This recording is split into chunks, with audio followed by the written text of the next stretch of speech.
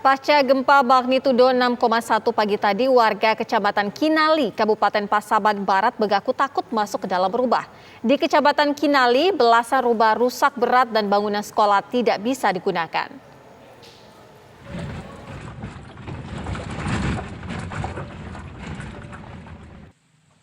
Beginilah suasana di Kecamatan Kinali, Kabupaten Pasaman Barat, Sumatera Barat.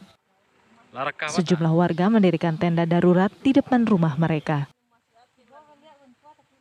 Warga mengaku takut masuk ke dalam rumah lantaran kondisi rumah sudah rusak berat yang dikhawatirkan akan ambruk jika diguncang gempa susulan.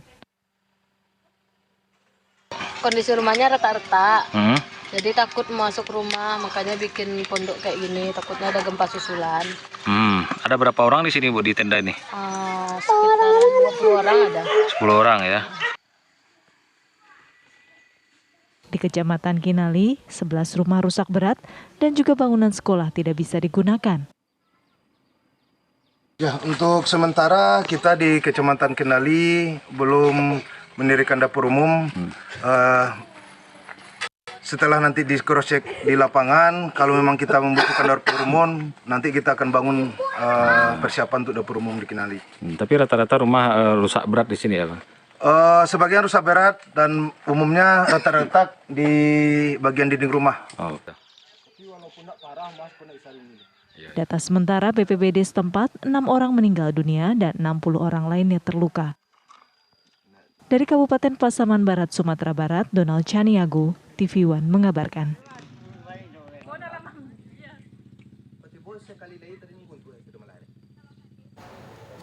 Bagaimana situasi terkini pasca gempa di Kabupaten Pasaman, Sumatera Barat? Kita tanyakan langsung kepada rekan Donald Chaniago. Donald Chaniago, data terbaru saat ini wilayah mana saja yang terdampak paling parah? Ya, Sira dan pemirsa, selamat sore. Dapat saya kabarkan, tempat saya mengabarkan saat ini di daerah Nagari Malampak, Kecamatan Tigo Nagari, Kabupaten Pasaman, di mana di daerah ini ratusan rumah di Nagari ini rusak parah digoncang gempa pagi tadi, di mana warga saat ini mendirikan tenda-tenda darurat di halaman rumah mereka. Dan sahabat saya kabarkan, dari data yang saya terima sore tadi, di gempa yang terjadi pagi tadi di Kabupaten Pasaman juga mendampak di Kabupaten Pasaman Barat. Jadi 2 kabupaten yang ada di Sumatera Barat ini terdampak dari gempa, di mana 3 orang warga di Kabupaten Pasaman mengalami meninggal dunia akibat reruntuhan bangunan, dan 3 juga orang lain laginya meninggal dunia juga di daerah Pasaman Barat, tepatnya di Nagari Kajai, Kabupaten Pasaman Barat. Nah, tempat saya mengabarkan saat ini di daerah Tigo Nagari ini, saat ini kondisinya listrik sedang padam. Jadi ada keterbatasan sinyal internet ataupun sinyal telepon di daerah-daerah ini. Jadi saya memasuki daerah-daerah terpencil di kawasan sekitar 10 km di belakang saya ini, di mana di kawasan tersebut hampir rata-rata di daerah tersebut rumah warga itu mengalami rusak berat. Ketika kita melihat secara tidak sengaja, maka rumah tersebut sepertinya masih utuh. Namun ketika kita melihat secara detail, rumah tersebut sudah tidak layak lagi ditempati. Bahkan beberapa di antaranya sudah ambruk hingga menyisakan bagian atapnya saja, begitu, Sira. Donald Chaniago, informasi data korban saat ini ada berapa banyak? Informasi yang kami dapatkan ada 3 di Kabupaten Pasaman, kemudian 3 juga di Kabupaten Pasaman Barat. Sementara sekitar 60-an warga mengalami luka-luka.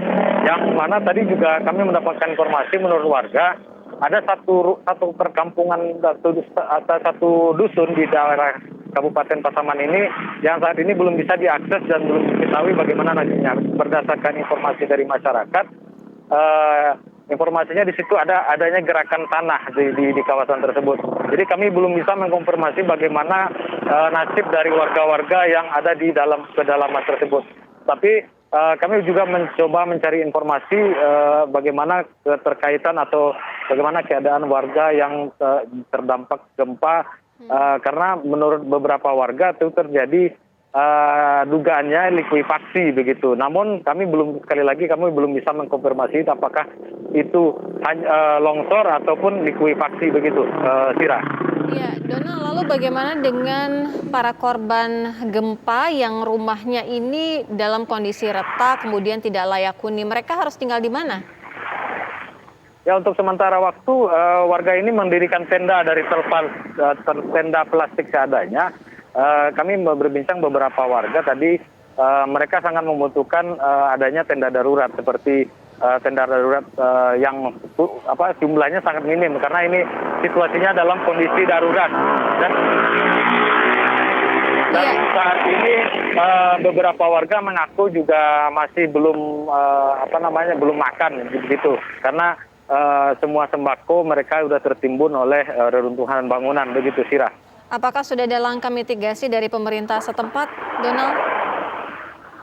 Ya, pemerintah setempat melalui BMKG kami memantau juga sudah mengingatkan bahwa di kawasan ini, di kawasan Pasaman dan Pasaman Barat ini juga masih menyimpan adanya potensi gempa susulan dengan berskala besar. Namun ambruknya rumah-rumah warga yang terjadi pada pagi tadi itu karena adanya guncangan gempa susulan.